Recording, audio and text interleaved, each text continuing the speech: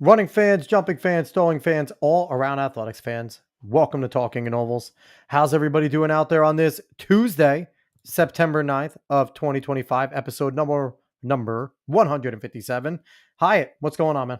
You got me muted. Oh, do I? No, I don't. I have you unmuted. Oh, there we I have go. unmuted you. You are live. I am live. We are in the very end of the spring season and at the beginning of XC, and I don't know what I'm more excited about. I mean, this is like the ultimate fandom time here. We for distance running, especially. I mean, we are in the mix of it, and this is going to be epic. This is going to be fantastic. It's going to be fun. There's a lot of storylines. I think more than usual, there's some storylines going into Worlds that I don't think anyone was prepared for. Right. Also, that the stories was going to be this much fun of who didn't make it to the Worlds. You know, no, that's also no, like yeah, that storyline. is You know, absolutely a huge storyline. So before we get into all the fun stuff, I want to make sure everyone knows that yes, we know that today is a Tuesday. We typically record on Monday. It is my fault. I suck. I got busy yesterday, and by the time I was getting back, our guests, we were like, do you want to push it back? And then we were kind of like, we're all freaking old. Let's make sure we don't push it back. And let's just go a day behind. So that was my fault. We're doing a day behind, but that is okay. So wherever you guys are watching from, though, we appreciate you all, whether it is YouTube X, Facebook, Twitch, Kick. Please make sure you like, share, follow, subscribe, all that good stuff. If you're listening to this later via podcast form, make sure giving us 5 stars is the only thing you're allowed to do. If not, Dave will come find you and he will just tell you that you're very mean. And make sure to leave a comment as well, because that always helps. All of these things. So the reason why, like a little behind baseball, the reason why I kind of like ask everyone to do that, the little things like commenting, liking, even more than like subscribing and following, we love that.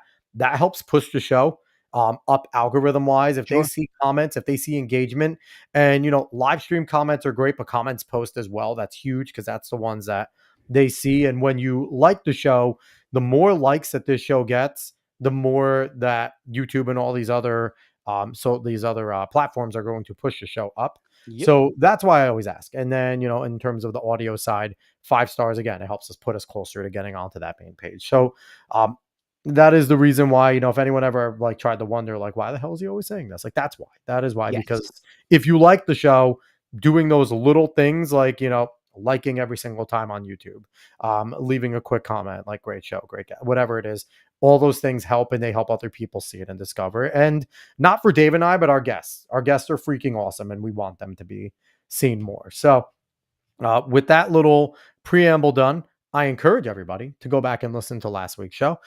We had Courtney Decker on, and we had a good time. She's a Masters runner, Bella in Motion. She came so close to going sub 5 over at I was going to say that. Yep. At the mile there. And oh my God, the weather was awful. And the things that were done there, Yared winning in a 446, 448, 443. Yeah. Ridiculous times dropped in the pouring rain. Like awesome. That was a great event. What was it? The 5th Ave, right? The 5th Ave mile. 5th Avenue mile, man. Yeah. High flat 0.77. And if you watched it on TV, you could see that it was bad then, but it was even worse when Courtney ran earlier in the morning. I mean, great run, great job. I mean, just proof that age is just a number. Keep on training, guys. Your best is yet to come.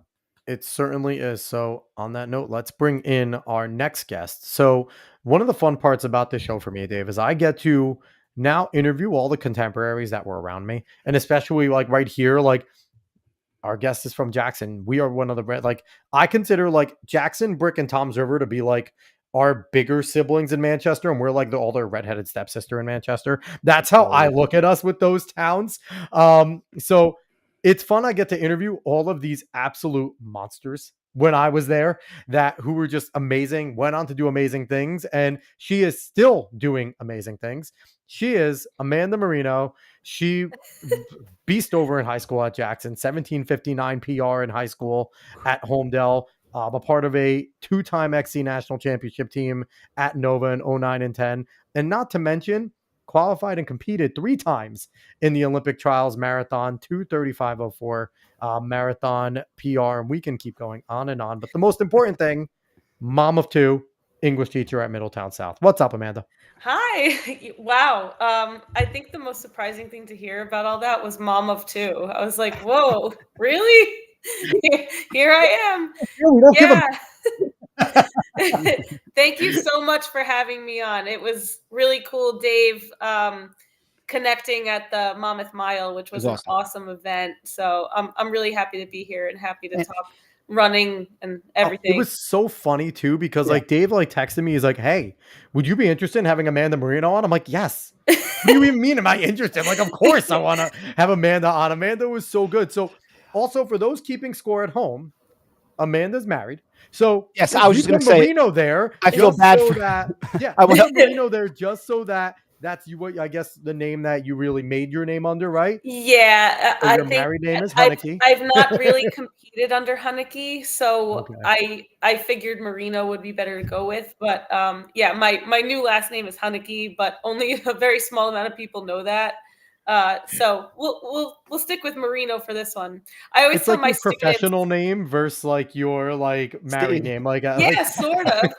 I always tell my students I kind of wish I would have just kept my old last name because Haneke, the way it's spelled, it's so difficult to actually know how to pronounce it. And the students, they just don't even want to say it. They just say Mrs. H. Mrs. H. Yep. Yeah. I get Mr. H, and my last name's easy. I could imagine. What did they say? Like Haneke, Oh Hanek, yeah, I've Hanik? gotten like Like, probably a dozen variations. you know what? Honestly, Mrs. like I Heineken. feel like that would be the best, honestly. Little Just Freudian you know slip what's there. funny? If this was like the 80s, you could have 100% had like a mock Heineken bottle in the back as a teacher with your name there, like, and no one would bat an eye. Now in 2025, Oh they'd be yeah, like, forget it. Paraphernalia, you're fired, Yeah. and now we're gonna take you into like no. So, but I mean, I would also do that just to mess with my students, and I would just like first day of school every year, I'd put your name up and be like, "How does everyone pronounce this?" And let everyone go instead of an introduction of like their names. How do you think you pronounce my last name? That's a good icebreaker. That would be. I actually do stuff like that with them sometimes. Just kind of like flip it back on them, and they get really stumped. It's fun. You can totally mess with them. That's got to be the best. Honestly, it's a good thing I'm not a teacher because that's all I would do. Is like I would barely teach them. I would just mess with them the whole time. Just so no, Yeah, they it's a make good it thing. very easy. No, but they're all super smart in high school. They're smarter than all of us. Didn't you know that? They know everything. Or their phone does. Yes. Or their phone does. ChatGPT, Grok, Gemini, whatever it is, that does. Yeah. Oh yeah. So, but we can get on, we might get on a tangent about technology in a little bit, in more of a track realm though, right? So before we get into all the fun stuff, Dave, you mentioned like, the time that we have right now in terms of track and how fun it is.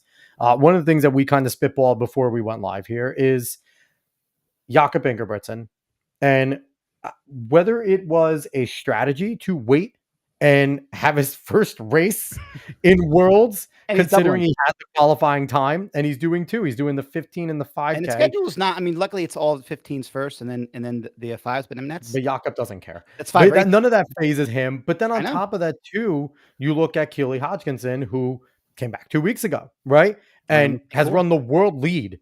The top 2 world times have come from Keely, the 155 and the 156. So, first, Amanda, how do you feel about Jakob's chances with the 15 and 5K? And I'm pretty sure Cole's doing the same thing. And there was another, I think there was a British guy or a new Australian guy trying as well to do the 15 5K. Maybe McSweeney or it was somewhere. I forgot to look. Maybe. I should be better. But so what do you think about Jakob's chances in terms of just coming back from injury? So I honestly, with him, I think it depends on his race tactics. Because he likes to go out from the gun, and sometimes that works, and sometimes it like really backfires on him. So, I mean, I can't speak for how fit he is, but if he is extremely fit and he takes it from the gun, then I don't know. I feel like it's still a crapshoot because you still need to be in race shape. You still need to have that racing savvy, and I actually, coincidentally, I just watched a video of him doing 400s last night. Did you a guys freak see of that nature. one? I did. No, he's a freak of nature, man. I can imagine what it was. I mean, I love his personality. Yeah, it's great for the Listen, sport. yeah, it really is. I always say that if they go all out, I think he wins. It's when tactics get involved because I just think that he's the best. Like if it's just like we're just racing, we're just going all out. I think it's the best, but he does go out to. I don't think he presses enough when he goes at times, and he just leaves people in, and then he doesn't have. I mean, he still kicks in like 52, but he's not kicking in like 50, 51. It's I think gonna be fascinating. the complicated part of it is though, it's like I feel like when Jakob really first burst onto the scene as like a teen and then became a pro, there wasn't a group of guys that were chasing him, right? When he would make these big moves, it would just kind of be like, especially in the 5K and stuff, but even early in the 15, oh, it's just Jakob going. We're not going to go with him. Now you have Josh Kerr. Now you have Yaron Nagus. You have Cole Hawker. You have, Tons of Europeans. Name them. A ton of Europeans. Europeans. Laros is amazing, They're not scared to go because they're all looking at going, oh, you want to go 328? Let's go 328 today. And it's like, so you it's read such a my different mind. thing. You read my mind. I was just thinking that his competition is the same level as him. Yeah. On any day, and you both know that's how track is. You have a great day where you just feel like you're totally at your best, and if you're at that level, you can go for it and you can win. I mean, we sort of saw that happen with Cole Hawker at the Olympics. Like all three Americans, Yeah, like they always know how to show up, but when you have that special day, you've got it. You just need the right mindset. That's all. Yeah. And I'd say like there's no one that would argue that if you take all of them, line them up, and you're looking at them, Jakob Ingebrigtsen is the best runner, right? I think, you could say that they're all close, right? They're fractional. But if Jakob Ingebrigtsen's running his best day, he will crush every single one of them. Like we'll see a world record out of him. I think he's the only one there that if he's in his best form, it's almost a guaranteed world record. Where everyone else works for that, right? Like they can get it, but it's not as much. Jakob Ingebrigtsen, that's just what he does. He goes and breaks world records. Yeah. And I think when it's all said and done, like the guy's still barely in his prime. He's entering it, which is wild to think. So I think he could possibly have almost every world record from the 15 up. Well, I don't think that would be unfeasible. What I find funny is that we always talk about him in the 15, yet he's never lost a world or Olympic title in the 5K. That's why we don't pay attention to it. Because maybe his kick doesn't favor him as much in the 15, but his kick is superior to allows people. It's crazy in the 5K. So I mean, I don't think he's ever run an all out 5K. He always just kind of sits on the pace and wins. So I'm dying to see him run an all out 5K one day because I think he can go. I mean, he blitzes the world record. I mean, if you just look at the guy, he looks like a 5K runner. Like he's 5K, not 10K. As built as some of these guys that he's going against in the 15. No. And he's already proven to have a good aerobic engine. So, I mean, and he's probably strategic. And he's only 23, 24. Like he's still young. Yeah.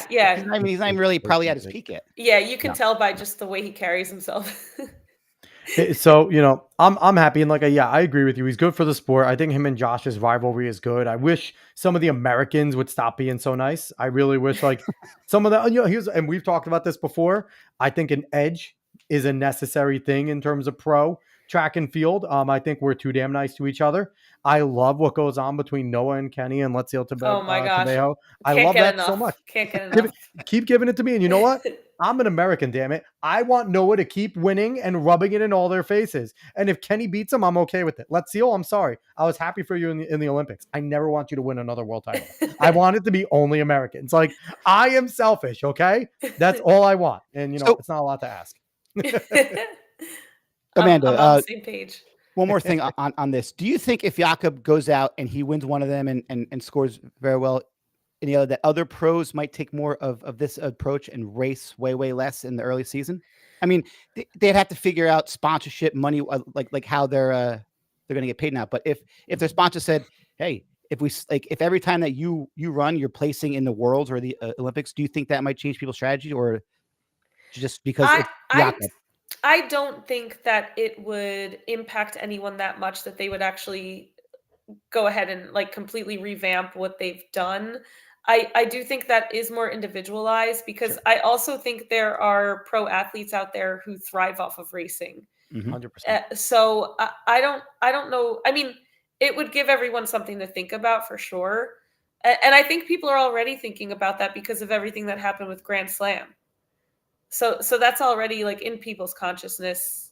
I think that's why we're seeing some of these athletes, struggling to make worlds who participated in Grand Slam because it's a lot. It's not just the racing itself; it's the travel, logistics, Yep. Yep. figuring out everything in between. And then how about doing all of that and saying, sorry, we don't have your paycheck?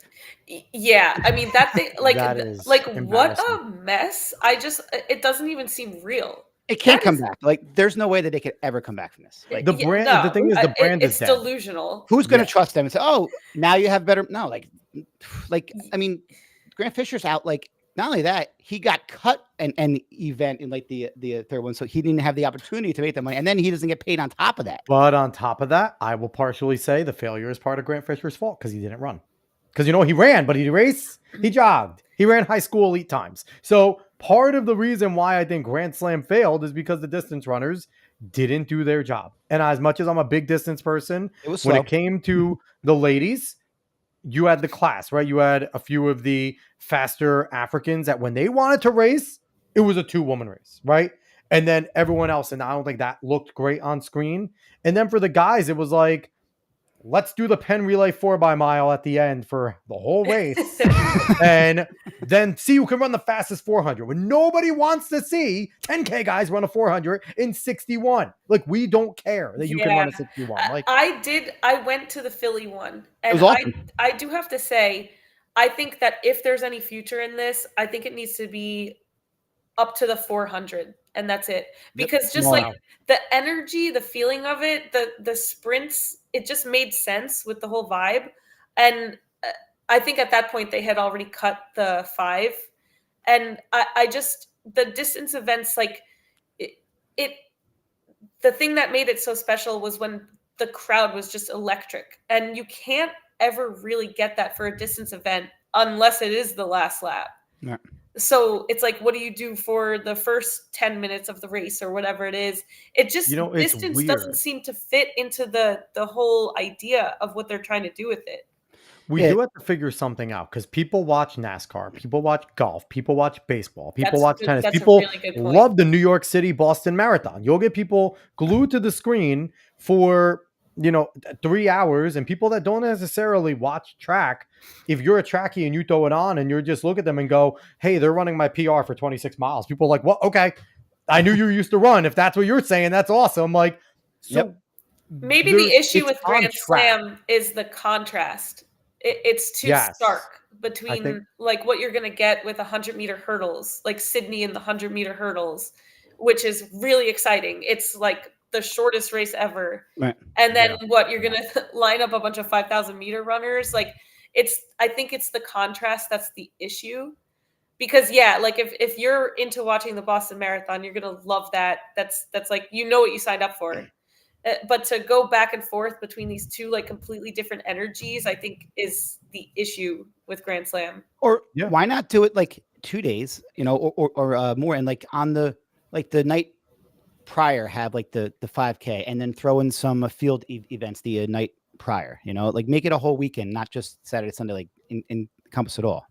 Yeah, and come up with creative ways to like make the field stuff and the distance events more exciting in a different way. Well, I mean, they didn't have field, which was crazy. I know. The first time. I did think that was really Like, weird. I mean, like, because like, and we're gonna get into you soon. I just like we were talking, when it was on, like there was so much time in between races. Throw Ryan Krauser, show Mondo, like show those guys in between. That way, there's never any lull, because that's the problem we were having. Like, Or and they're stop transitioning going from the back booth to the damn studio and put a mic on some of these athletes in general, and just Yes. let's watch the athletes warm up. Let's talk to them, because if you still want to do 6, 7, 8 minutes in between, because we get it, we ran track, they have to do those things. The timing needs to get back into, like, there's certain things on the backside that needs to be done. But okay, mic up, like, get how many athletes do they have there? 90. Yeah. Mic 30 of them up. put 30 little mics on them and turn it on and be like, hey, in between this race, if you're done, I don't care how you perform, you're on the mic, you're talking. Put that in the contracts. And from there, now you're giving access to fans that they maybe have never had, where you still have the people who are covering the race now cutting to whatever, Sid, right? Okay, Sydney, you just dominated that 400 hurdles. What did you feel? Blah, blah, blah. Okay, what is going, like, get some stuff there, because I think that was part of it. It was boring. In between, it was really boring. Yeah, and Listen, I think like the idea of Grand Slam, I don't know, everything seemed like really rushed, and I think maybe the idea was to get this year out of the way and learn from that. But now with the whole financial issue, Who's like going to trust him? No one's going to trust him. yeah, so there's I mean, unfortunately, there might not be any room for learning from it and figuring out that these are some of the things that need to be done if we want to create something new in the sport of track and Dave field. will say when they couldn't fill Kingston, Jamaica, Yeah. when they couldn't fill a spot that loves track and field, when they were dumb enough to do it on a Jamaican holiday on the first day, and then couldn't fill that stadium with giving tickets away on the second day, Dave knows. I'm like, it doesn't matter what else they do. They're done. If you can't get Jamaicans into what you're doing in track and field, it's their national sport. You're screwed. Like that's just the end of it. Something and it's sad. Either in the advertising, something like just wasn't done right. Nobody wants to hear they're getting $100,000. Did you know they're getting $100,000? Oh, hey, not to mention $100,000. It's like, like that was the draw for the athletes, but that's only half of the equation. Why do I care? Why should the viewer care? Which Dave often talks about what FlowTrack is doing with Athletes Lounge.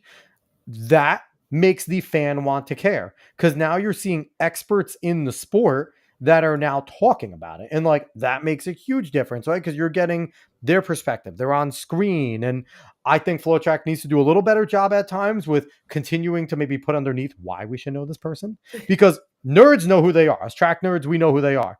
But if a layman's looking in and looking at this regular looking person, because let's face it, trackies look regular, why should I care about what they have to say? Every maybe 15 minutes, they should be flashing underneath. So-and-so, this is their credentials. Matthew Senchwich, 2016 Olympic champion. But overall, they do a great job there. So, all right. Best. I love this conversation, but overall, we need to get to the show at hand, which is you. We want to talk about you, Amanda, because that's what we do here. We love to get the stories. Oh, no. Wait, I'm wrong. We need to get to our PRs, Dave, which I have chalked up and ready to go here. So, Amanda, every week, we always want to get the PRs of anyone that sends us in. PRs, and we have had people from Michigan. They found our show. Tom Figueroa, he does Red Hour Track Club over in Michigan, and every week he sends us PRs from his athletes and what the Red Hour Club athletes are doing in their high schools. That's so cool. But for you as well, when you do a PR, please let us know, because we want to give shout outs to, it doesn't matter how fast you run, how far you throw, how high you jump. If it's your PR, we want to give it some love. So that's kind of our goal here with this segment. So let's jump right into it. We have PRs, baby. Let's go. So, as always, Tom pulling in. Let's read real quick. He said PRs for this week. We had 2 meets with the Shamrock Invite in Berrien Springs, Michigan, and the Fenville Invitational in Fenville, Michigan. I get to find out places I never knew existed. This is awesome. And Shamrock Invite. That's a weird name for this time of year. It is, yes. That, okay? Right? Wouldn't you think more like, March? Well, didn't Michigan just get snow for the first time, like the earliest time ever, I think? Who knows? Which I think is freaking awesome. Who knows what's going on in Michigan? Listen, Michigan sends us PR, so we like them. So he says over here, the boys took first in both meets. They have some great guys over there. And the girls won the Fenville Invitational, first win for the girls team in years. So let's get to the PRs. Wow, that's a big deal. Yeah. Tuesday night, the Shamrock. So we had some gentlemen here. Gavin Ayers ran a 17:13:55. He's a 12th grader. Another 12th grader, Jaden Gregory, 17:31:09. 11th grader, Lucas Frentz ran a 18:30:13. 9th grader, Clark Stevens ran a 19:17:33. And then 9th grader Sawyer Bailey ran a 20:37. Ah, Sawyer, you almost got it. Almost got it. 0.37. And the worst. And then we have Grace for the ladies holding it down. 10th grader Grace Lemon ran a 20:12:19. So awesome job to everyone at the Shamrock. So now let's go down to the Fenville invite Saturday morning. So let's see, it was a really hilly course to one of the local vineyards. That's freaking awesome. Going through a hilly course on a vineyard, we just get launched on a friggin' hill at Homedale and was like, go enjoy a bowl, idiots. Like we just get, they hate us anyway. So let's go through here. Ninth grader Clark Stevens coming back here running a 19:14.68. That's an awesome Tuesday Saturday double. Buddy. 10th grader, and for a ninth grader running that, dope. Yeah, man. 10th grader Ben Schinbeckler running a 21:28.50, and then 12th grader Alex Scott 28:32.95. And if I'm not mistaken, Dave, this is the same Alex Scott who's a sprinter, right? So he's coming out there as a short sprinter, and he just went on a hilly course. Hey, listen. I want again. When sprinters do XC, they get a round of applause here, baby. Hey, that's listen, what you get. It shows dedication. It shows, like Coach Probably, you can come out and train, but you're going to run at least 1 or 2 races. And I'll tell you this too, Alex, and I think I said it before, you will find now that your strength at the end of that 100, that 200, that 400 is going to be what wins you races, what gets you PRs. Because when everyone else is hurting, you're going to have that extra little bit that, sprinters need to know that. And there's always a philosophy, don't do distance. It hurts your fast twitch. Not if you're lifting and doing enough workouts. You're fine. It makes distance runners look good and fast, because when he wins the state title in the 100, and cross country runner Alex Scott wins the 100-meter runner. He's walking out this varsity bracket with the CC on there. Yeah. And I was gonna say, like when I was in high school, the sprinters who joined the cross country team, they were always the most fun.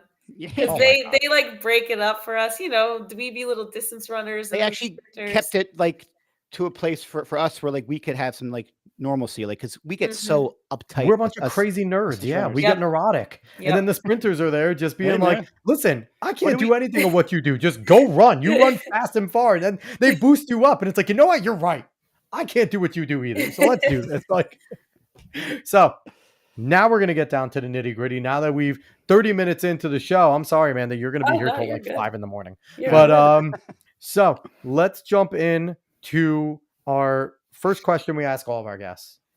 When did you get the spark to truly want to pursue being a runner? Not necessarily when you started running, but when did it kind of click like, okay, this is what I want to do. This is what I'm going to dedicate myself to, trying to achieve big goals, college, everything and beyond. Oh gosh. Stumped you. Yeah. Cause I like my origin story is like the same as everyone's. Like I played soccer and then, went to running, but the spark. Oh yeah. When did it click? Like this is what I want to I don't want to play soccer anymore. I'm dedicating myself like full time to this because, once you have some bit of success, you're like, I'm hooked. Yeah. I mean, it had to have been sometime like the summer before my sophomore year, because at that time I was I was going to both practices, soccer and cross country. Oh, ouch.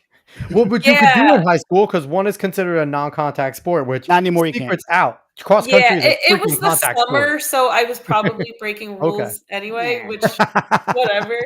But specifically, I would say no, I know exactly when it was. What am I doing? I know exactly when it was.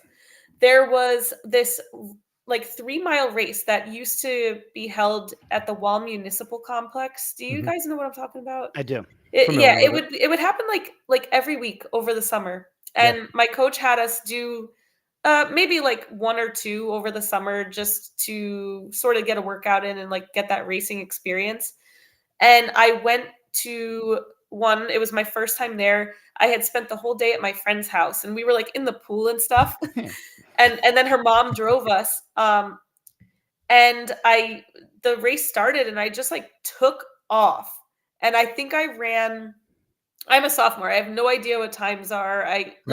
Like time is insignificant to me. And I believe for the 3 miles, I ran like 17 something. And it was like, pure raw talent at that point. Yeah. And I won. Like, I remember being in the race, wondering if I was even going the right way, like that was my first time. And I just remember the feeling of accomplishment after that. And I would say if there was a spark, that was probably it. Just this special moment of being like, wow, I think I'm pretty good at this thing. Don't you wish at times that you could go back and not know anything and just run like that person again? Just like not even know what is good or bad. Just I'm just gonna have fun and like, because like we lose such a sense of it being fun sometimes, because we get so excited Yeah. at that. But like I would when say if anyone is seeking that feeling, then have a couple kids.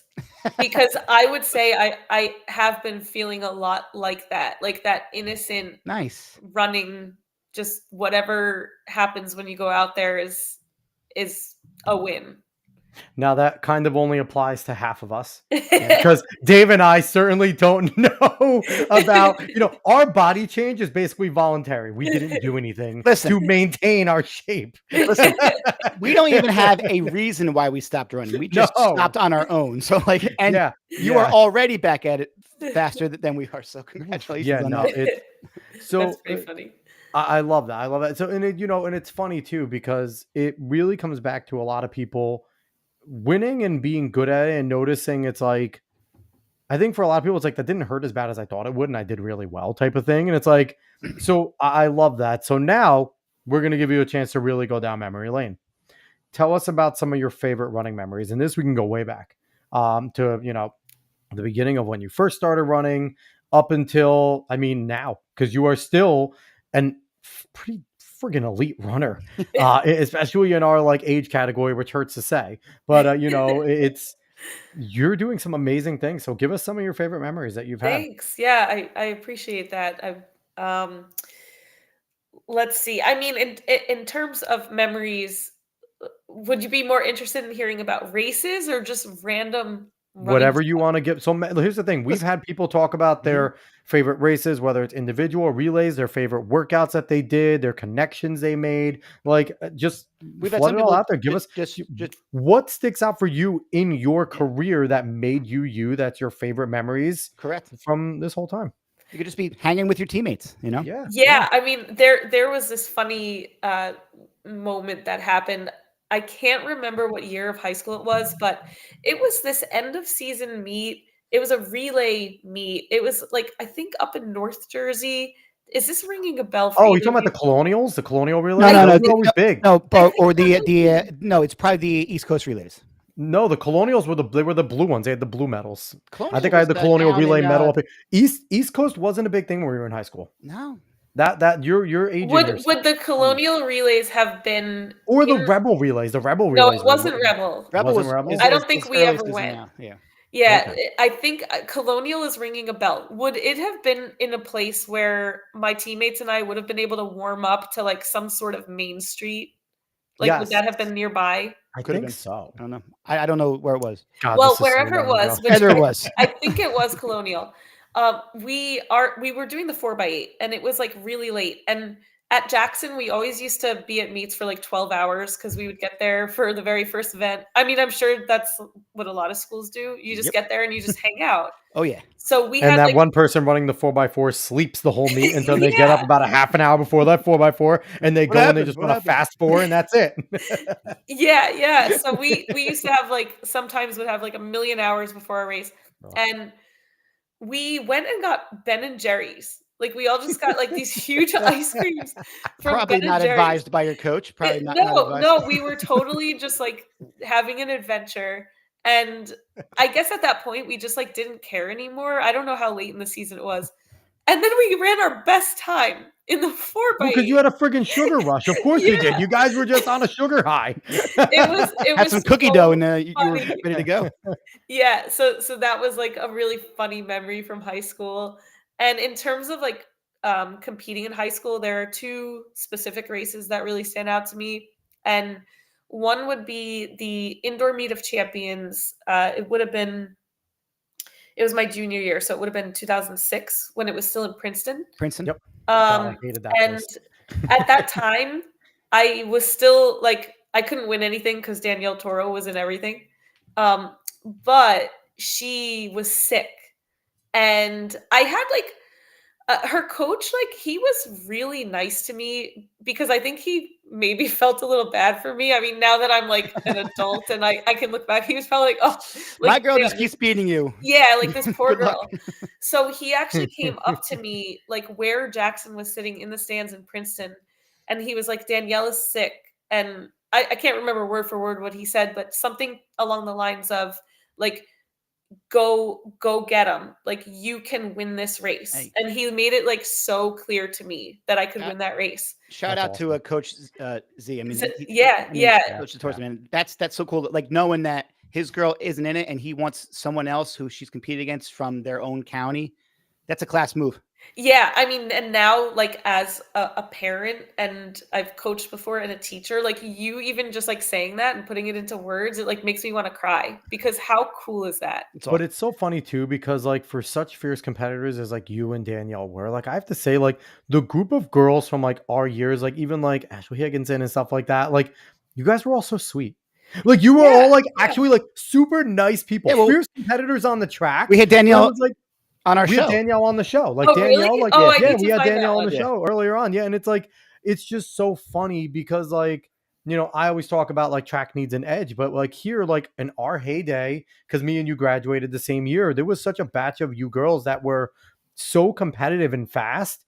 But you guys were so freaking nice. Like, Yeah, like it's you guys are weird. all cool. Even like, I don't know if this is like a female thing or whatever, but I had gone to camp with Ashley Higginson, and Mhm. even though we were like nice to each other, there was like also this other side. It was like there were two sides to it. Of So it course. would be like, oh, we're in the same running group, and I remember we would Let's like go. Right. run each other into the ground. Let's go. Yep. And like the same thing happened in college with my own teammates. Like, even though everybody has this shared goal, like there's still something where you're like, I'm going to show you. You're just And Yeah. making each other better by doing that too. You know that.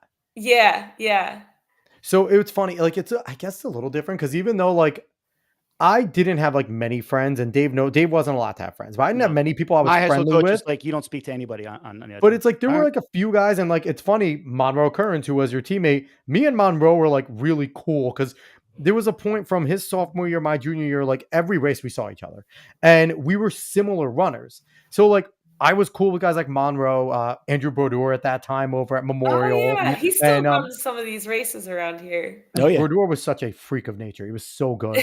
But there's like some other guys that I was like friendly with and stuff, and it's like I don't know. It's a little different because we didn't have when we got on the track, we wanted to race, right? Like if we were racing, but there were times too where I remember like going to like Monroe and being like, sit on me, you idiot, and wait for me, and then you'll have like, let's go run fast together. Because there were times where I would watch him race and he would just go too soon. I'm like, you went too soon.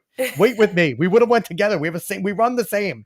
And he was also a year younger than me. So I like, Right. I don't know. There was a little bit of that camaraderie where Which you I'm saying, you're absolutely right. But like nowadays, it's different. Like they all warm up together. They all train all summer Oh together. yeah, Like from these all kids, different. they It's they so like they're hang all on out, they like Strava. They're all party together. yeah. It's like It's kind of weird. you know, because like now that I'm getting back in the coaching again, it's like I think back like my high school, we weren't allowed to talk to anybody else. Like it was like no, you can't talk to anybody, which is yeah, I'd still which is say no very to extreme pre-meet still. stuff. I would still say no to the pre-meet stuff. Post-meet, I don't care. You want to go, warm down, cool down with one of your persons you're friends with. Post-meet, that's fine. Pre-meet, you're on this team. I'm sorry, you're not. They're not wearing your singlet. Uh-huh. You compete for us. Pre-meet's here. Focus in. Yeah, Still say I'm good with luck. Be you. nice right before, Yep. especially when you're doing when you're in the little panic area. You're getting your number. Yep. That's fine. You could chit chat there. Whatever.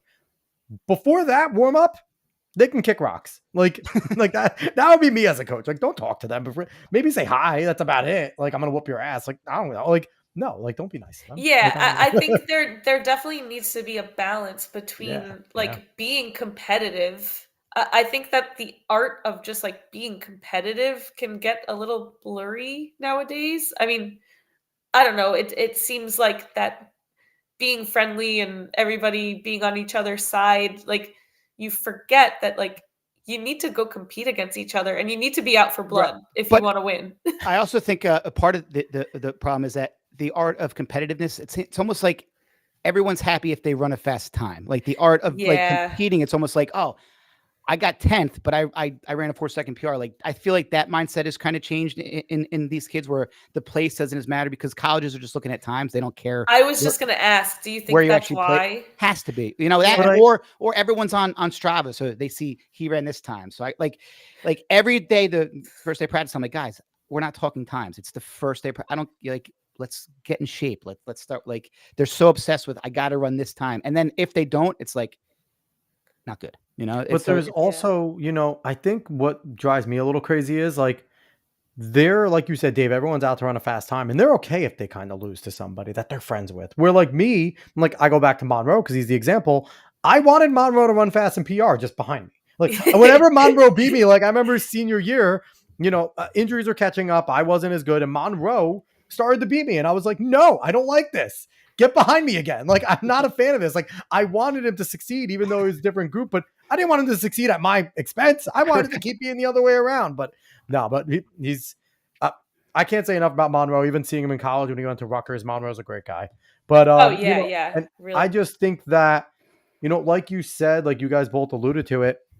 There's just something about they're too damn friendly. Like they are, and this goes into college too. Like that's why me and you both love what's his face from the Villanova guy. Marco Langen. Oh my I love gosh. Marco because Marco hates everybody, and I love it. The interview he did after what was it, the trials, I guess, yes. or NC, I forget what it was after. I was like, whoa.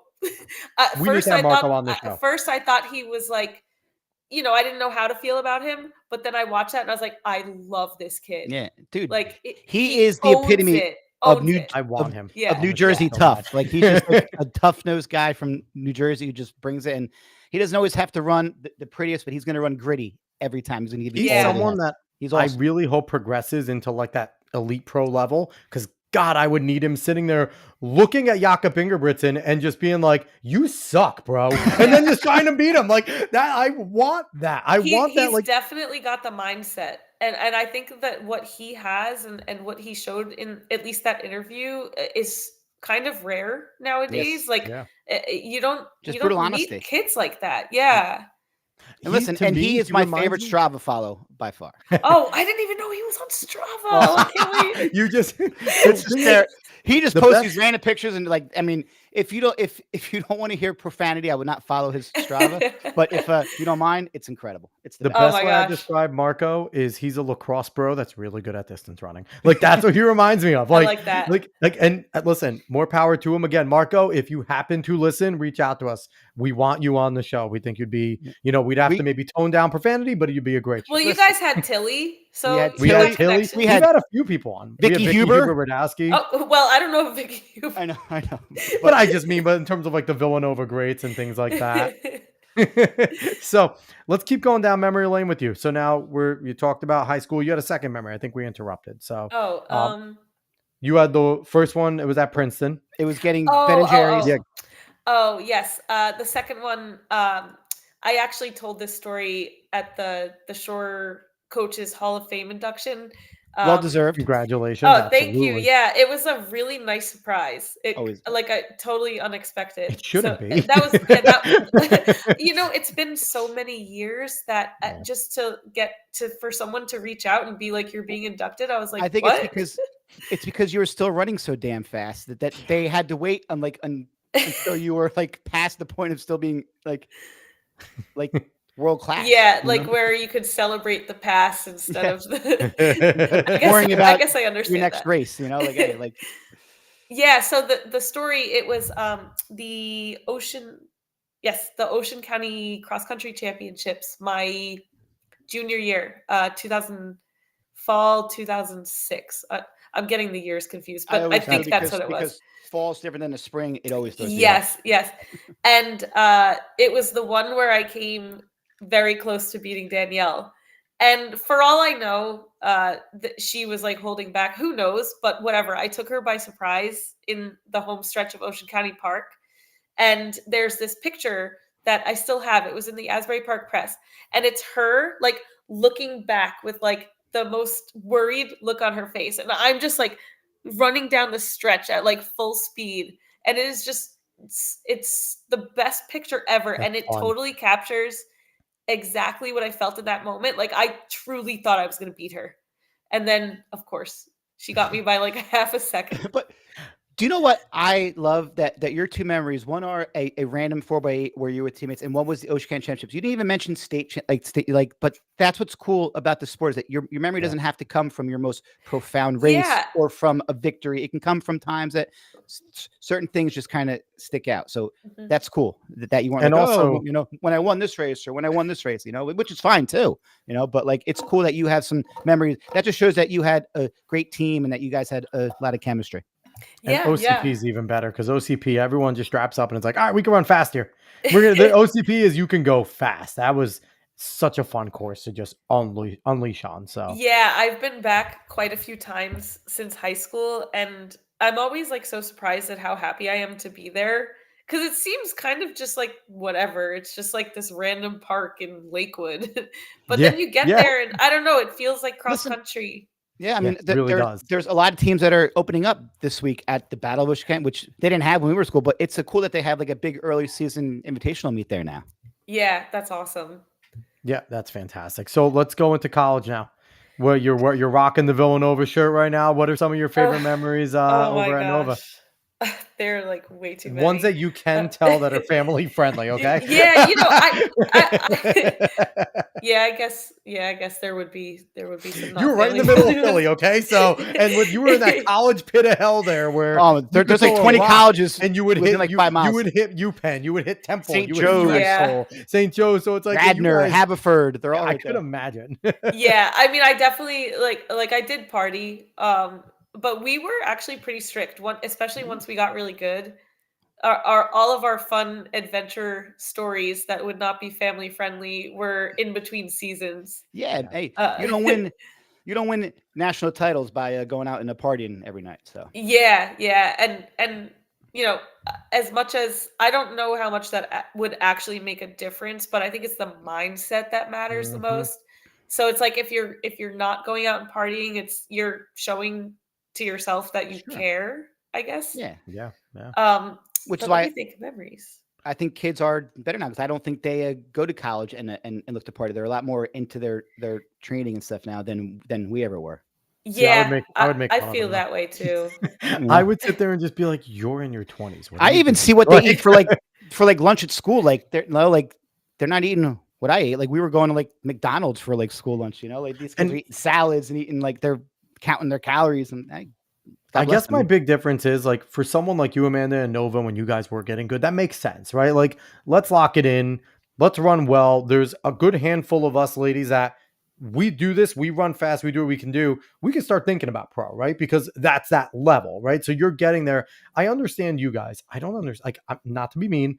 I don't understand like the lower level colleges going crazy. It's like most of you guys aren't going to go pro. Enjoy your college. Like, I agree. Yeah, like enjoy, like, if you're sitting there and you're running 13:30 in the 5K, that's great. You're not going to be a pro. Like, I'm sorry. Like, there's guys running sub 13 just by mistake now. Like, it's like, I don't know.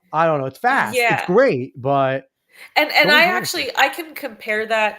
Sorry, I have like I I I put toilet paper next to me because I don't have tissues, and I told you all or you both that I'm coming off of a cold. Yes, we So anyone appreciate you being listening, this is on. not actually what I sound like. I lost my voice and I'm just a mess. You But sound dazzling. Okay. But she is a trooper and she came on anyway. yeah, Yes. it's all good. I mean, with two kids, like you can't ever guarantee anything. Anything. So I know. Mine are I, 7 and 5. Yours are younger, right? yeah, I'm like in the trenches. Enjoy. So Listen, the trenches don't stop. Dave will tell you. yeah, that's true. The That's trenches true. go until I'm 15 still. and You I'm 11 just still now. become putting. more used to it. You just have different trenches. Yeah. The trenches evolve. Different I'll trenches. Peaks say and that. valleys. They Peaks just and shift. valleys. Yes. Sometimes they get deeper too, which is not good. Once they all hit puberty, then you are in a freaking canyon. Okay, that's all. Well, I know that's what people keep Alex telling me and that. I like we're the only guys in the house. Like we both have Yep. two daughters, so Oh, it's I did not know that. yeah. 2 daughters and a wife. And mine are young, so I'm still. But God, once that puberty starts, Oh, I'm just I gonna feel I'm bad gonna for go on you. vacation for a few Mine are years. 15 and 11. 15 and 11-year-old daughters. Oh, Love so them, you probably have some stories. love them to death. Oh my god. So anyway, keep on going about Nova. Oh, Some of your favorite yeah. memories So there. so I was gonna make the point, going off of what you said about like these D3 or whatever people maybe locking in like a little bit too much in proportion to what the payoff is gonna be. Yeah. Um Now that I am like beyond my elite years and I'm doing a race the next day, like I don't care about like drinking a couple of beers if it's a Friday. Um and it's because like it doesn't matter. So Yeah. I think like that's maybe somewhat Sure. comparable to like Yeah. people who are competing but there really is no foreseeable future for them locking in too much. I think at that point it just maybe becomes more obsession than And Sure. even our track pros, right? Like, there's not much after college. It's really hard to be a pro, right? Like, you competed in the marathon trials 3 times.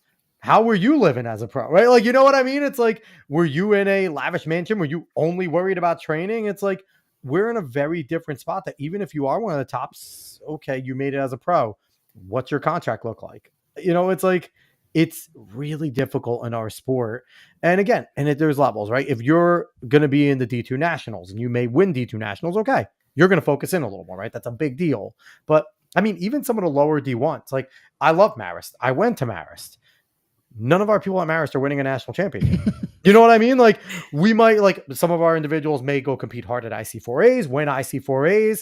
That's awesome. But it's like, they're more serious now. And I love that. I love that Maris is much more serious and we're getting better. That team is getting much better. But when I was there, we had good runners. None of them were winning a national championship. But Like you I had love fun, some guys. right? I had too much fun. I sucked in college. So keep on going, Amanda. Give us some of your Nova memories. Your oh safe gosh. ones. I mean, I guess nothing could really stack up to that first year that we won the cross country national championship. It's incredible. Crazy. Just Oh, 09. the whole Yeah. season was magical. We just even at practice, like you could feel that that something special was going on. And Mhm. I've talked to my coach from Nova about this a million times. Like we just had some kind of I don't know magic surrounding us, and Did you we know that in summer when you came back for training? Was that when you guys kind of like felt it those summer? Because that's a big part, right? You come back for summer training, you kind of start setting the tone.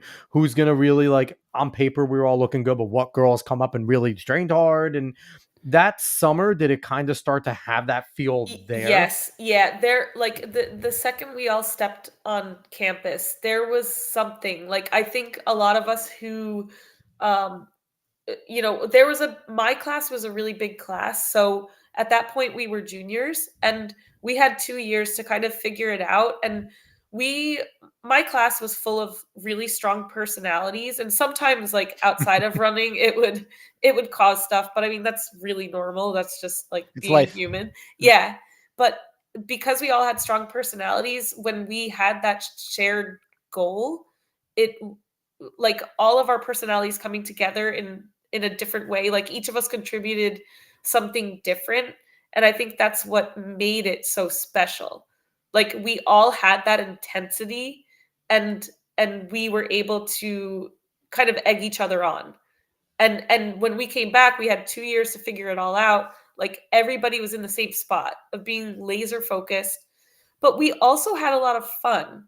And I credit my coach for that, Coach Gina Procaccio, because she used to just like keep everything really light. Even when we were getting ready for NCAAs, like the night before, she would do something hilarious that would make us Yeah. all laugh. And it was just the perfect balance between having fun with it, but also working hard in practice and trusting that we were fit enough and race savvy enough to actually do what we wanted to do, which was win.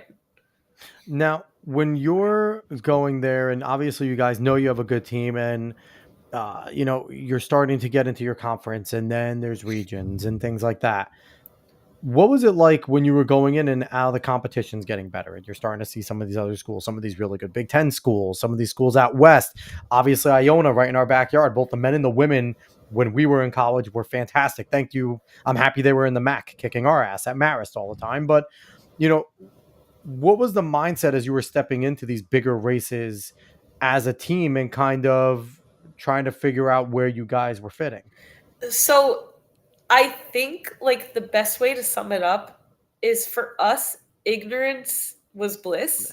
We've said I that before think, on the show. yeah, Yeah. I think that we were so like in our own little world, and our workouts were so, we felt so good about them that we just believed that we could be up there. Like, personally, I don't ever remember feeling intimidated or like I love that. I remember going out there and being like, we're the best, Yes. and like no other thought crossed my mind.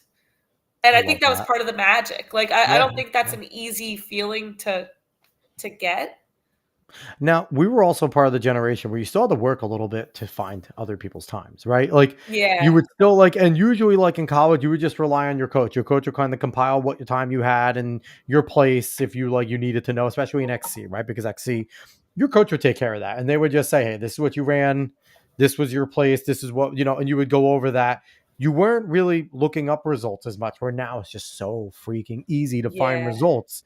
So it's like I can imagine back then it was Yeah. like we ran well. I don't care what everyone else did. We won that invite. Like it doesn't make a difference what anyone else Yeah. did. So probably makes it Yeah. easier to not look out at what Northern Arizona's doing or look out at what Oregon's doing or anyone else. It's just us. We're here and that's that. So I have a question. Yeah.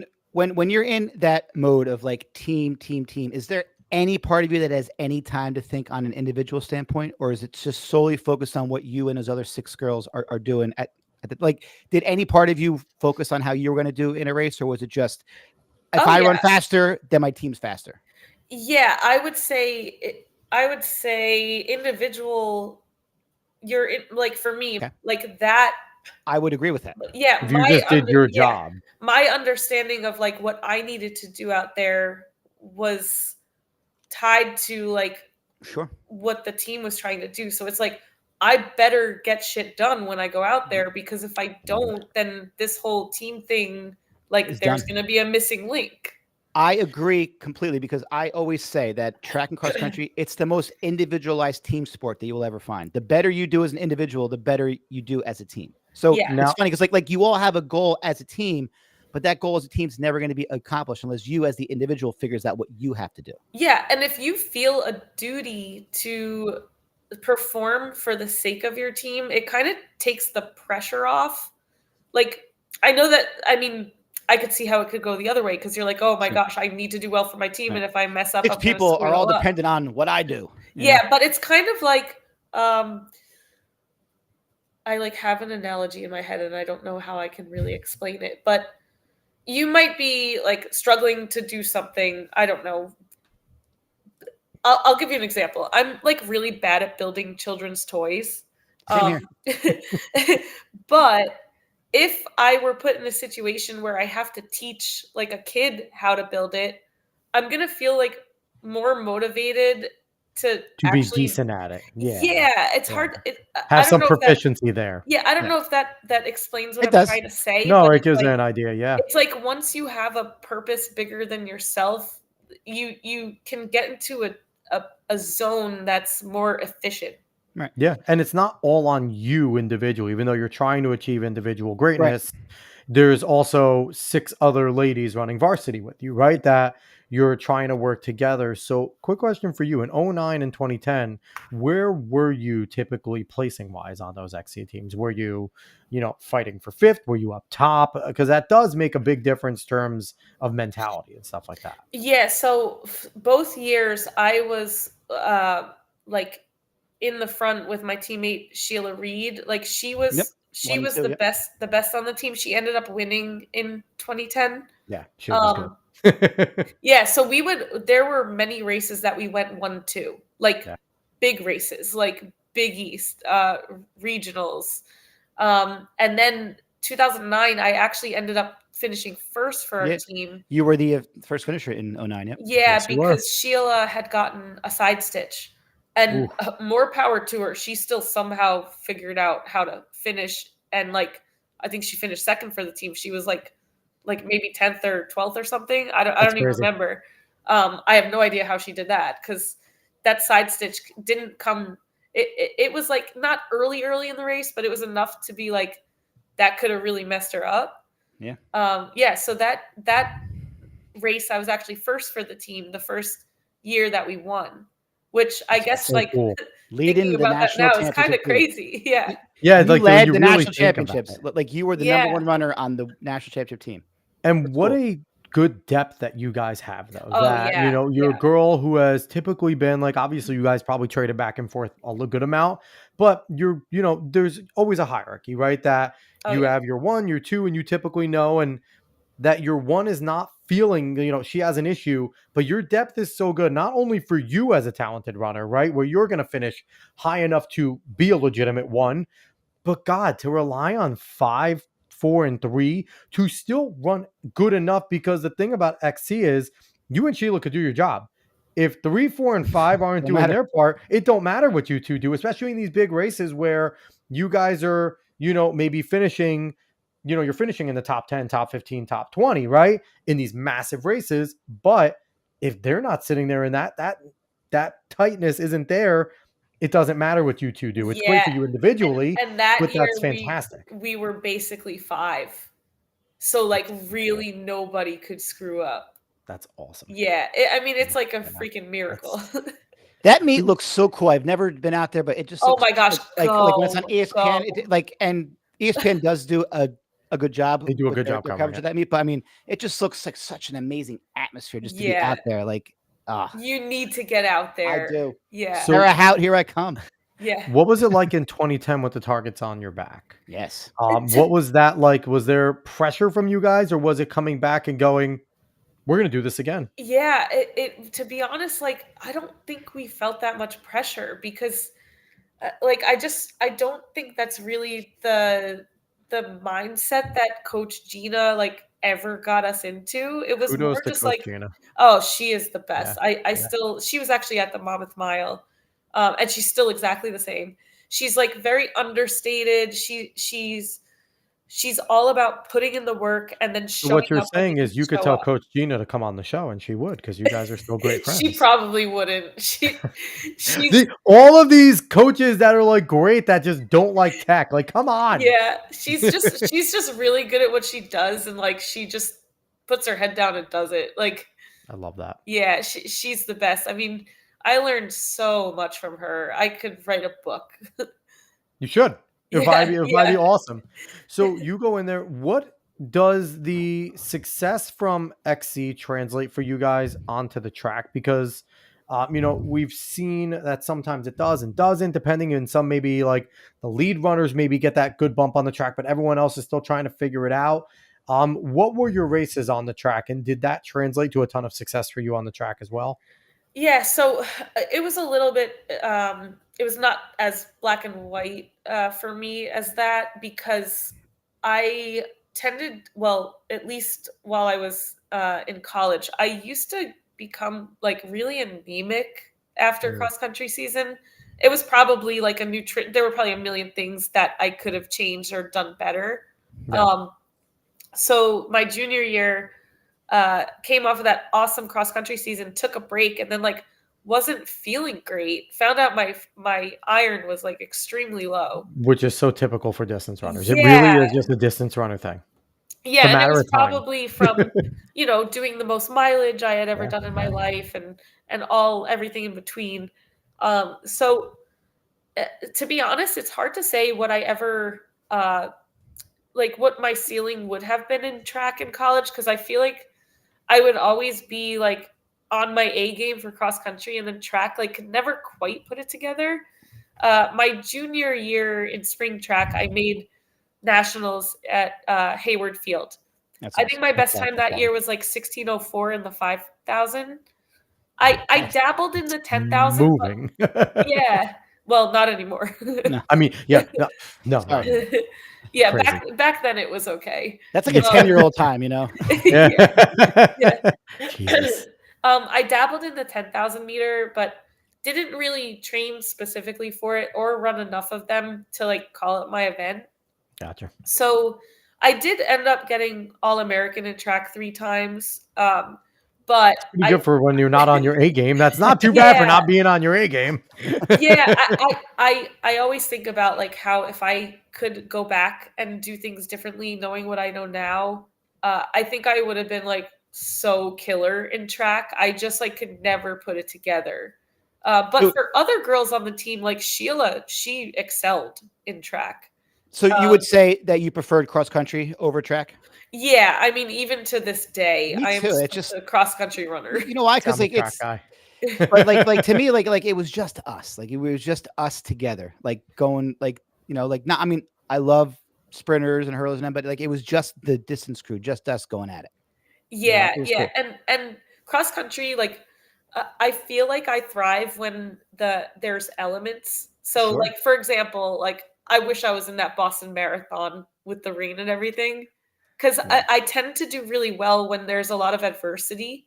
Mhm. I don't know if it's because it takes the pressure off or what, but That's also a personality trait. Like, obviously, you're tough. Like, that's like when other people look at something as like, oh, I don't want to do this. You're just like, hell yeah, let's go. yeah, Like, yeah. and so that's a mentality. That's a toughness that you have that can't really be Yeah. taught either. Yeah, maybe it is just something you're born with. I don't really Sure. know. 100%. You can't Yeah. teach So that. You I can't teach. want to hear from the horse's mouth this legendary story that is going around. So there's, you know, the year was 2022. There's a cross country race at Homedale, and there's Oh God. there's this pregnant lady running around 22 minutes, and then just happens to have a baby 2 days later. What was that experience like having a baby 2 days later? Like, how do you like you had to know that you were close to giving birth to So go out there and do that? the first pregnancy, I was so like stupid. I felt fine. I ran that race. I was 38 weeks on the day that I ran that race. So for anyone who's listening, Jesus. like generally 40 weeks is like full term, I guess. Yeah. You were within the. You were well within the safe zone to have the kid. Yeah, Oh, yeah. Yeah. okay. Yeah. Like it could happen at any moment. Could have Now happened you like know. mile 2. You know? Yeah. Yeah. So I went and ran the race, just like, I don't know, to celebrate everything. I That's love awesome. Homedale, love cross country. Felt fine. Like, didn't feel anything was weird. The next day, I went out in the morning for a 6 mile, very easy run. And that night, Jarrett, my husband, and I, we went out for dinner. I think we went to like one of our favorite Vietnamese places. I didn't get anything spicy because people are like, Yummy, "Oh, though. did you eat spicy?" No. Um, and then we went home, and I was like, "Oh, like I wonder if something I ate was bad or something." Nope. I didn't know like that I was having contractions. Well, I mean, for your That defense baby's and for like any lady's defense, when it's your first time, you don't know what they no. feel like, right? Yeah, So it's That like yeah. was all they the can't prepare you for baby. that. The baby was like, I will not run over Homedale in this belly Yeah. one more time. Get me out of You here know what right though? now. That How could earthquake you for do that? 22 minutes. So I've The only bowl I want has Cheerios in it. I don't want to do any more running in the bowl. I've since learned that my body must just have like a hard stop at 38 weeks and 2 days because my Wow. second came in exactly the same Wow. manner. Came Wow. like my labor was like so quick that we live like very close to the hospital, like basically across the street. And with my first, because I didn't know what was happening, I almost didn't make it. And so the second one, since I knew what was happening, and when I tell you it was 38 weeks, 2 days, like to the second, That's like crazy. to the same That's time. wild. And I didn't do Homedale, like Homedale with my second was like the week or two before. She just did Oh, Ocean County that's it? Park. Just a week? No, just a week or two She before just that. did Ocean County Park No, the Yeah. morning of. No, she just did the Broad Street 10. Like, no. That's a good race, by the way. I love Oh, that my race. my sister has ran the Broad Street 10 a few times. She loves it. Yeah. But, it's funny too because like you are often told like obviously you've been pregnant twice. We've all had our our wives and stuff be pregnant. The women are told exercise and try to do as normal as you can. Listen to your body, right?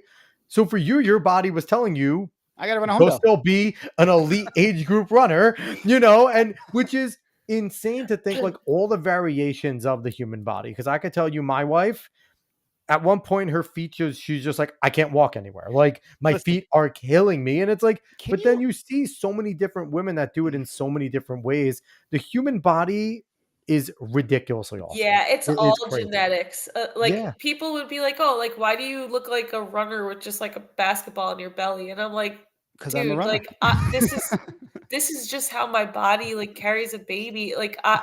this What do is you want me it." to do about it? Don't be jealous. Like that's all Yeah, jealousy. and I completely understand that I was very fortunate for Sure. both pregnancies to be able to run pretty much through both of them. And the But it's thing is, if you also get because you if were running prior to, like, it's what your body knew. Like you Exactly. were in great shape prior to getting pregnant. It wasn't, so most time you probably wouldn't gain as much weight. Although I don't know. I've seen other but women you getting could pregnant who also gained a get lot. Who knows? pregnant a third time and have a completely and totally different That pregnancy, is right? very So it's like true, and not I've every seen that pregnancy is happen. the same either, where you're sitting there and say, you and your husband have the miracle of, getting pregnant again. And all of a sudden you go on a run and you're just like, this is incredibly painful. I just I think feel I'm done Yeah, running for six I've months. heard Like, I've or I heard can many walk, you know what I stories mean? It's like that. crazy. I just feel Yeah. bad for the 15-year-old boy who trained all summer, who was pumped up, and he's like, I just got beat by a pregnant lady and just quit. Like you probably Yeah. ruined a couple kids' And No, I know. futures in that I race. I truly think I did make people mad. but also Like, on top that of is that so though, annoying. Think about how annoying that is. Like, there's this no, woman, like my mindset though is I would That's be running awesome. next to you and all of a sudden I would see a pregnant woman and I would be like, I'm gonna go hold on to this tree so I don't trip her. Like the last thing I would want to do is like cause you to Yeah. fall Let's at go Homedale sprint. where they Me and have like that so downhill. Like I I was would sit there. so careful in Can that I you would back just part. that would be my mindset. I wouldn't care that you beat me because I know the whole last mile's downhill. Like I would can just you sit there and imagine maybe some be like like, eh, I'm gonna run next to her to make sure she doesn't fall. Like can you imagine some like 15-year-old boy right next to her, glance over out of the woods, like, let's go, sprint. To like a pregnant lady. That'd be something. Oh, that would be amazing. So, speaking of that, perfect transition in, you are still running incredibly fast. Um, and typically for the longest time, it was thought of, we talked about this last week with Courtney, Yep. how once a woman got pregnant, she can continue to work out, but she's never going to be the same, right? That was always what the old adage was, that, and we saw it in sports so many You times saw and athletes things like not that. getting pregnant because they thought that their Yes. career would be over, and then that's been So, do you debunked. think that we've moved on beyond that kind of theory now? Obviously, like age is, I think, is the hardest thing to overcome, always, right? But if we moved on from that theory, especially for women, and seeing what you're doing, what Courtney does, what all the Bella and Motion girls do, How because they're about all Faith basically their Kipyegon, moms, Faith Kipyegon, Elise Cranny, like Saint Saint Pierre and things like that. Allison Felix? Exactly. So do you Yeah. think we've kind of, at least in our sport, right, track, moved on that philosophy of having a kid means you can't run fast anymore? Oh, yeah. I think we definitely are. I mean, you're always gonna get people who just preach like all that old school stuff. Like I hear it all the time. That not only being a mom and taking time for myself and all of that stuff, but even when I was pregnant, people who were just like, "Why are you running?" That's It's not I safe, right? Yeah. yeah, but that's just people who don't really understand or Because haven't my been doctors through it. told me to run, so I'm going to run. He knows Yeah. more than Yeah. you do. Shut your mouth. Yeah, yeah. Uh, And I still feel good, right? And it's like, Yeah. it's one of those things too. It's like, I think runners have that advantage because what are we told by so many of our coaches? Listen to your body, right? Listen to your body. And we were taught that, especially as distance runners, listen to yourself. And the best coaches worked with you, right? Like if you were sitting there and you're like, Coach, my legs are dead. Okay, we were going to do a workout tomorrow. Let's do a shakeout run and let's push that workout to the next day. We have time for it. Like you would work together. And as distance runners, that's what we were taught at the base level. Listen to your body. So I think for distance runners, especially as you get pregnant, your doctor's telling you to do that anyway, right? In a lot of ways, like, hey, you're going to feel some different things when your body tells you something, listen. And especially with cravings, make sure your husband goes and gets you whatever the hell you want. But like, do you think that you guys maybe have an advantage in that sense because you're already so oh, in tune with trying to absolutely. listen to it already? Yeah, and that's just how I am as a runner in general. I'm really, really good at reading my body. So to have that like sixth sense being pregnant, I mean, I knew if there was a day I couldn't run, like sorry, voice. It's okay. Um, like with the second pregnancy, there was a day, it ended up only being like a few days before I gave birth, but I was out stroller running with my first Hudson, and I don't know, I was maybe like 8 minutes into the run, and I was like, I'm done running for this pregnancy. Like this is it. This at this very second, like my body just told me no, Yeah. and that And was you it. listen, I so didn't that's run good. anymore after that. It ended up only being a few days, but And I mean, your body does tell you things, and as adults too, and when we're just going through our lives, we're trying to go to work, we don't listen anymore, right? Like we stop listening. It's like, no, I can't be sick. I have to go to work. I have to be a parent. I have to do yeah, all this, and you just don't listen to it. So it's like a miracle when someone like you does listen to it, right? Because yeah, it goes against everything what we do as adults. Like yeah, we just don't do it. Like I got to go to work. Like you have a cold, you decided to come and do this podcast like a crazy, and then you're going to go be a teacher tomorrow, right? Like, yeah. There's no there's stopping. no, you can't, but it's awesome that, you were able to do that. And yeah, I think that that myth has been dispelled. Yeah. And do you feel like what you're doing, especially at the local level, still being, you're an elite runner. Like you still are an elite level runner. Do you feel like you're giving inspiration to a lot of other moms out there as, not only are you still running, you're running fast, you're winning, you're doing awesome things. Do you feel like you're doing something for other moms that maybe were runners in college and are like, oh, maybe not anymore, but then, oh, I know Amanda. Amanda just ran fast. Like, do you feel like you're giving that? Yeah, and there's actually a lot of us out there. A lot of people that I like ran against in high school and college are moms and are Yeah. going to all the same races I am. Our guest last Um, week, yeah, yeah, and for Courtney. me, like I might just stick out a little more because I'm like in the front of the pack or whatever. But there's a lot of moms that are still staying in shape and relative to their times are like pretty much right there Yeah. to where they used to be. So um That's it's awesome. definitely it's so possible to keep running at your own top level after you have children. And I always like to think of it this way. It's like you're pregnant for 9 months or whatever, and then you have the baby. It's such a short amount of time, like to say that someone can't do something Right. like indefinitely Yeah. because of 9 months. It's asinine. Yeah, and of course there are people who have a lot of recovery time due to C-sections and other Sure. Everyone's different, complications. A whole right? different. Yeah, 100%. Some people's bodies change to the point where they can't, right? They can still run, but they and that's happens. Yeah. So, But do you ever? so real quick, you Go need ahead. to create a national running group just called Fast Moms, where when you guys see each That other, would be like make so a cool. patch, Yeah. or whatever you do, and just have a Fast Moms patch, and that you guys will know each other at every race. Yeah. That you That's might cool. not be on the same running team, but you're a part of the Fast Moms running group. That would be awesome. And you know what else would Do be it. You could cool? lead that. You're Amanda freaking Marino. Like if you started to do that, Well, other moms will catch on. someone with some business savvy has to help me out. We'll hook you up. We'll get that and going. and as part of that Fast Moms, I would make more stroller races Yes. because That would be the so much amount fun. of miles that I have Hey, put in with a stroller. there's some It's dads out there who could run ridiculous. some great stroller races too. Yeah. Oh It yeah. would Let me be like we Can need we some add bumpers stroller and make only it like races. roller derby? bumper cars on Add the bumpers strollers. so you can like ram children, like put little helmets on them and like Kids would love that. put them in like the Michelin tire like outfit, like make them all fluffed up. Why is it always men who take it that far? Because how fun would that be having like a roller derby with children when they You can't get guys, hurt, your okay? imaginations are way more Amanda, would you not participate if you knew your child would be 100% safe? I would totally do it. Exactly. So Totally do your kid's strapped up, you put them up in like a bunch of fluff like the Michelin tire baby, and now they're good. You can just go ram other moms. Someone would just be awesome. wrote there's a Fast Moms group called the James, so maybe we should Oh, Darren look Peters. into that. Thank you, Darren. Thank you, Darren. You're always there. I love that. So Amanda, go become a Jane. That's So- true. Thank you, Darren. as I well. need to look that up. I got one more question.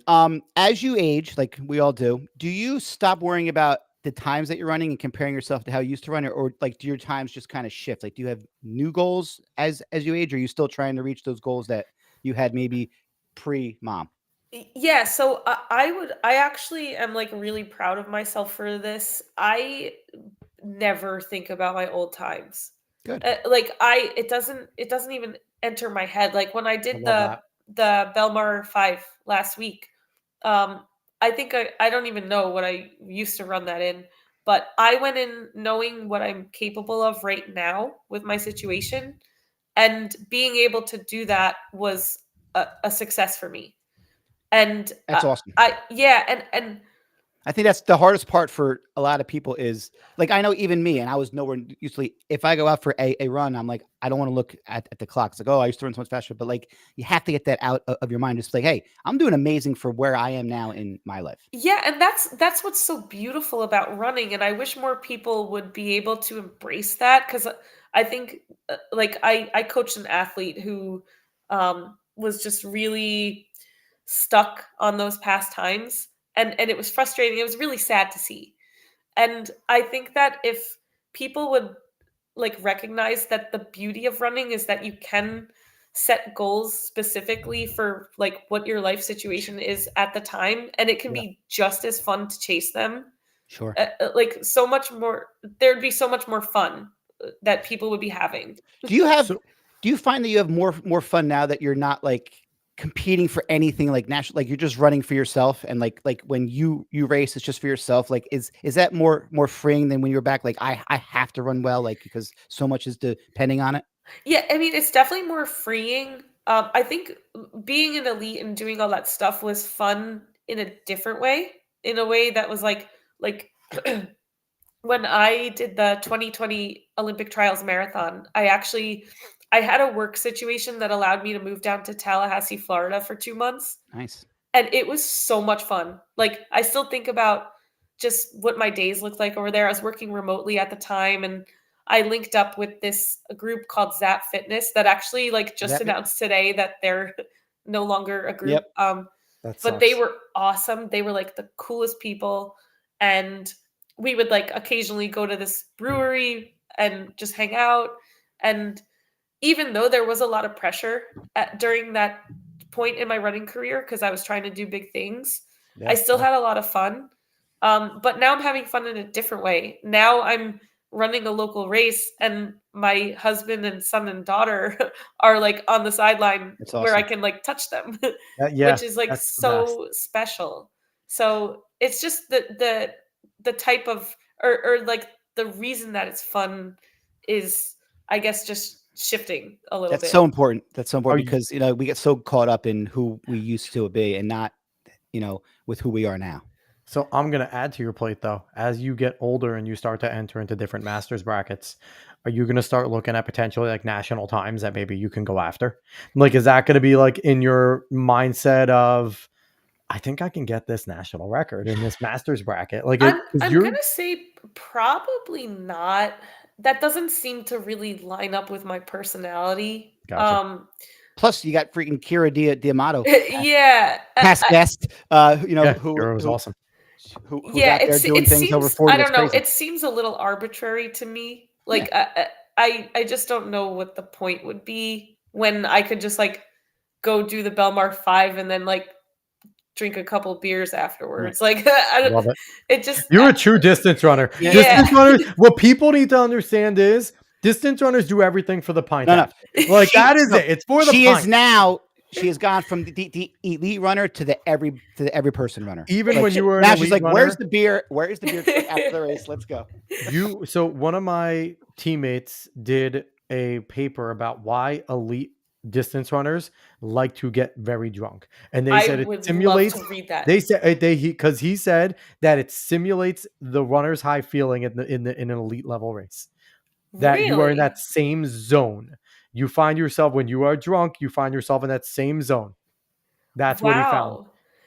And he was friends with That's some of the Syracuse interesting. guys at the time, with like Justin Knight being there, and he was friends with some of those guys, and he like chit chatted with them, and they kind of gave him their perspective too. I don't know if Justin was specifically one of the guys, but I know he was on the team at the time, that like talented Syracuse group. But yeah, Huh. no, that was his conclusion, that it's a An interesting very paper. good simulation of, and which The is why you Renaissance. see there's a lot of distance runners that like to get very drunk. Like it Yeah, I is. just feel like it goes with the like intense thing. Like, Yeah. you Well, know, I mean, you listen, go how many distance runners go out and have 1 or 2 beers? Not too many, because they're used to going all out, And you and compete. when they do things. Even when you're there, you You compete. compete like, oh, what Yeah. are you on? Oh, you're on 6. I'm on 8. Like Yeah, but I took 2 shots. Oh, okay. Oh, We all shots, start counting. forget it. Yeah, at our age, we think of shots and we're already looking at the ground. Like Yeah, that's where we're no. ending And up. especially for like a woman having gone through pregnancies where you can't drink, like when you start being able to drink again, like it just like you don't tolerate it as well. I That's can't why you even guys all go to like the imagine. sugary stuff, because it's like this just tastes good. Yeah. Yeah. Oh, I can't imagine like a shot of tequila. Oh. me neither. I'm causing you physical pain. So real quick, I want to go. Darren mentioned the Janes. I want to give them a shout out right here, and I want to give a look see to what the Janes are. Let's put it up here. Boom. Oh, So this is wow. their website. So shout out to them. It looks really cool. It's a great does. website. Does it say like where they're based? That's I what don't. So I'm let's look interested at it. From what I can gather, it's like a national thing. Like you're part of them, but you can train on your own. Okay. I think, but I'm not Well, sure. there are members, so I want to go. We'll That's go a see. very pretty website. It Yes, is very it nice. is a really nice website. I had never heard of this. Thank you, Yeah, Darren. me either. But how Darren, could you're the that man. be? So it looks like Santa Monica, California is where Yeah. this is based. But so I went to the team, and like this is a really good website. So whoever made this was awesome. And these are the ladies who are the Janes here. Oh, does it have their names? I wonder. It does. It does. So we have in this first row, Tamara Gamliel, Kristen O'Hara Leach, Cambria Wu. And we'll just kind of scroll as we can go here. I How do have like I not heard of this? no, this is Is she wearing cat ears? What's yes, going on? yes. Tanya so. Fisher is wearing I cat ears. was. I'm intrigued by that. But there's these I young like ladies, Nicole the Breyer, Vivian the Hyman. simplicity of the uniforms too. Yeah, Just yeah. jeans. Yeah, that Not is cool. just very neat. Nancy And, James Klinger, Ingrid Walters, Grace Padilla. cool. Any of these ladies, if Now- you get around, now Gwendolyn we have to Twist, find Victoria out- Smith, we got to have them on the show. We have Let's to find the out if Janes on the it's show. That's if a it's good idea. national. We got to find out if it's national or if it's Yeah, Lydia Garcia. So no, but Amanda, you're someone that should reach out to them. And because Jenna I Clapton. know nothing about it. Thank you, Darren. No, but this is Darren. Thank you very much. This is awesome. Now let's see. We're gonna have some fun here. The Janes Mile. What is this? Let's support. I love supporting big things like this because I know there is the Bella Oh, Mile. it's a road over. mile. There was the Bella Mile over in Jersey here, but James Yeah. Mile, Oh Road my gosh. Mile. For some reason, like I always have something that coincides with that. I'm gonna get there one of these days. One of these days. One of these years. So it looks like this is over Diane, here in who California. runs Bella, is incredible. She's a great lady. So I just, thank you, Cool. Darren. Amanda, you should definitely look into this. If you could be like start an East Coast chapter of the Janes, I think that'd be freaking sick. If it's West that'd Coast, be awesome. there's so many elites on the East Coast, elite women that are still running fast, elite moms between you, Courtney, like let's make the Bellas, put them into the Janes. Let's do it. Let's combine them. Yeah, it goes together very well. It does. The It Bellas does. and the Janes. The Bella They Janes. go together. There you go. There you go. The Bella Janes. So before we jump out of here, I do want to give Darren, what'd you come out here?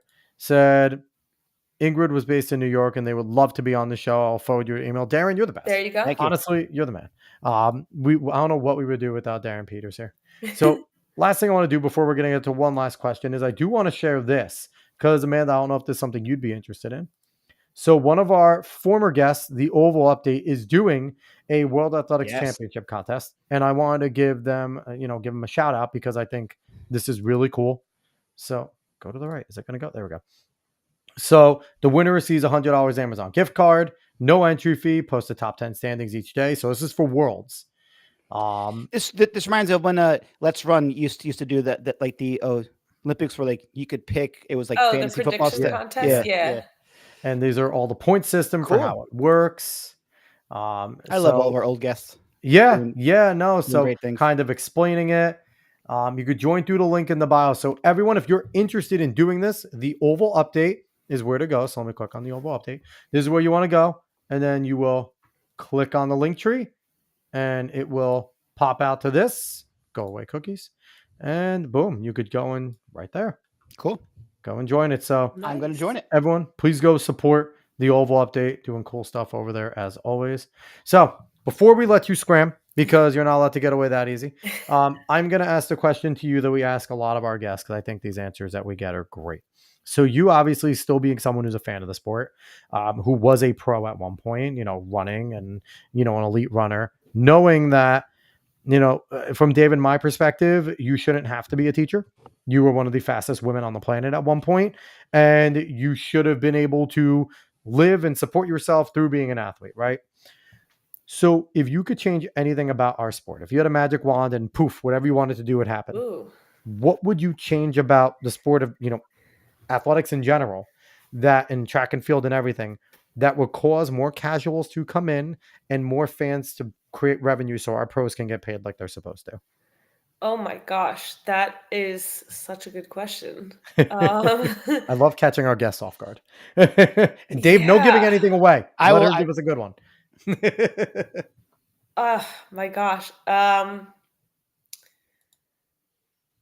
don't know. I mean, you would have to find what it is that's drawing people to sports like football and baseball.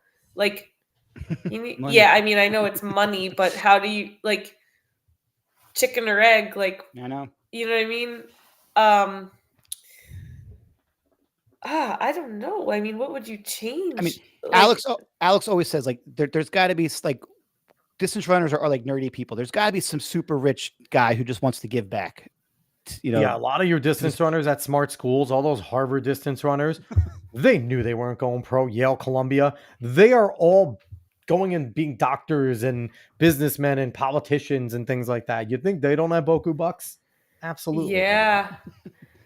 It's tough because, like, in all honesty, I don't think you can get the masses to love running. It's just it's too pure. It's like, but maybe there are creative ways to still get these professionals paid. Like you said, like, maybe there needs to be, if the people who are passionate about the sport maybe need to give back a little more. I don't even know what that would look like. What do you think about Alex Ohanian and what they're trying to do with Athlos, the all women's league, which I haven't heard anything about since their announcement. I don't even know if you knew that, but Serena Williams. Well, Gabby just pulled out of Worlds.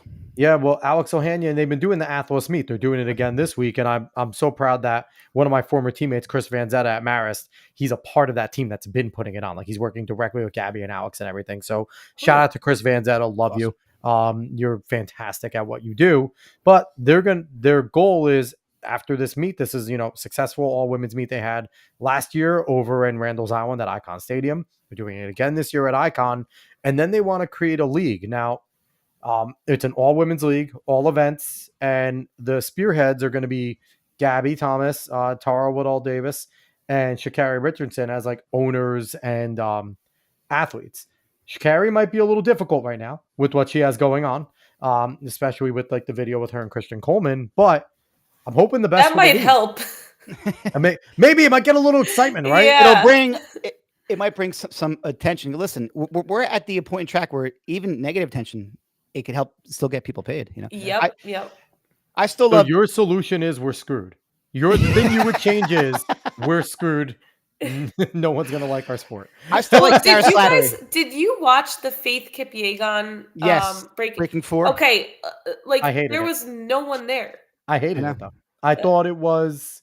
So for me, and I said it the whole time, she was never going to run 7 seconds faster. Oh, I mean, that was not possible.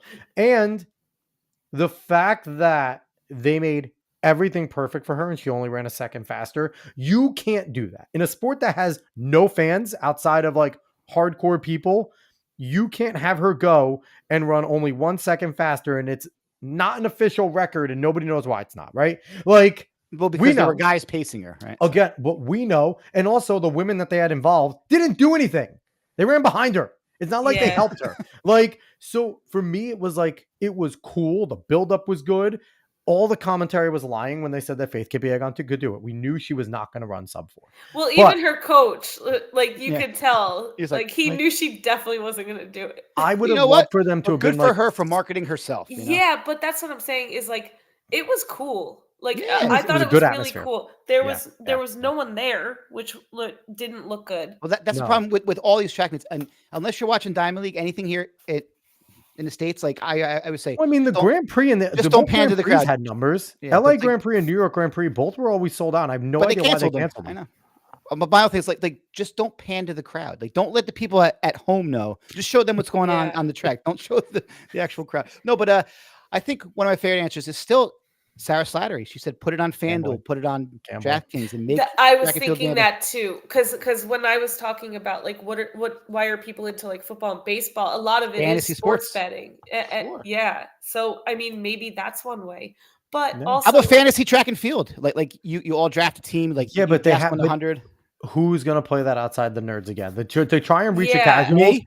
Yeah, outside the nerds, Dave. Where are the know, I'm gonna- nerds? I know we are. You know what we need? We need to figure out what is it that separates track and field from all these other sports, because maybe the Unfortunately- problem is we're putting it too much in a box that Darren Peters coming like- in saying global like we attendance need at to sport do events. what other sports do, but Yeah. maybe there's a whole brand new thing that no one has thought of yet. I also think too, like we need more like one-offs. Like we need Noah to race Tyreek Hill. We need like to race to show how dominant that our athletes are compared We to could other- do a like, pros versus because Joes. everyone says, "Oh, this is the fastest guy in the world." No, he's the fastest football player. He wouldn't stand a chance against like an I want to elite see some of the underneath. That's soccer actually players. a really good No, idea. but like put us because like what do other sports have? They all interact with each other. You got football players going to basketball games. No other sports. I guess Roger Federer was recently at a Diamond League meet, but like we don't have that cross of our athletes interacting with other athletes, and then it's like you get LeBron James to come to one track meet, like he's friends with one guy, like. Get LeBron out of here. But I'm saying, but like, No, I'm kidding. But you get someone like that from some other sport to say track's cool, you know. I mean, Or maybe like, you just do a reality show where you have like average Listen- schmoes go against. I mean, Sprint was good on Netflix. The documentary Sprint was. It Oh, was yeah. good, you know, but I want to give a handful of elite level midfielders in soccer around the world about a month or two to train to go run an 800. I guarantee that they're going to run like a 152. The midfielders are insane around the world, but I feel like that could be fun. Let them come and race, but let them come and race like our high school elite, just so we could see how low they are on the totem pole in terms of like their track competitiveness. But no, it is a conundrum. It is tough. Darren Peters did say global attendance at sports events is down nationwide. Even the NFL is not selling out their stadiums. So, listen, I mean, it's food, difficult. everything's so expensive. Like Yeah. everything. Atlanta you know? has it right. Atlanta has it right. All their concessions are cheap over there in the Falcons. But all right, Amanda, thank you so much for coming Thank on. We Yeah, appreciate you. thank you Toughing guys. it out to a This has cold. been fun. Yeah. You toughed it out to a cold. So we appreciate you. So once Oh, you again, better she believe is- I'm going straight to bed. Oh my God, please. Me too. All of us. So she's Amanda Marino. And also for those keeping a score at home, Amanda Hunnicky. Kids pronounce her name right. She's just an obviously beast runner in every facet of her life. Great mom, English teacher over at Middletown South. And it was a ton of fun talking to you. Thank you so much. for coming Yeah, on. this is great. Thank you guys. Everyone go follow her at coach_Hunnicky. And even though you're not currently coaching, right? Do you have plans on getting back into it when you can? Yeah, I mean, right now the kids are too little. I get it. I get can't it. imagine Yeah. picking them up at like 6 Right. p.m. every day. You got to put But- one in the front, one in the back as you coach. It's like Yeah, the that'd double be baby cool. holder. But to your credit, there are a lot of people who would just do it just for the money. So kudos to you for saying like I couldn't give the athlete what they would need at this time. So Yeah. not I want to be Sure. all in. I want to be present. 100%. And right now I just wouldn't be able to. Makes sense. yeah, it's But great. once again, that comes down to you knowing yourself, right? And I think that's a kind of a little superpower of yours. But Thank you. so for us, we are talking in ovals, Dave and Alex. We appreciate everyone that watched wherever you watched from. Once again, YouTube, X, Facebook, Kick, Twitch, wherever you watched from. Give us a like, share, follow, all that good stuff. If you listen to this later, 5 stars is the only thing you're allowed to give. This time we'll send Amanda after you. Even with the cold, she's a powerhouse. She'll come get you. I'm ready. And we appreciate everyone. So we'll be back next week.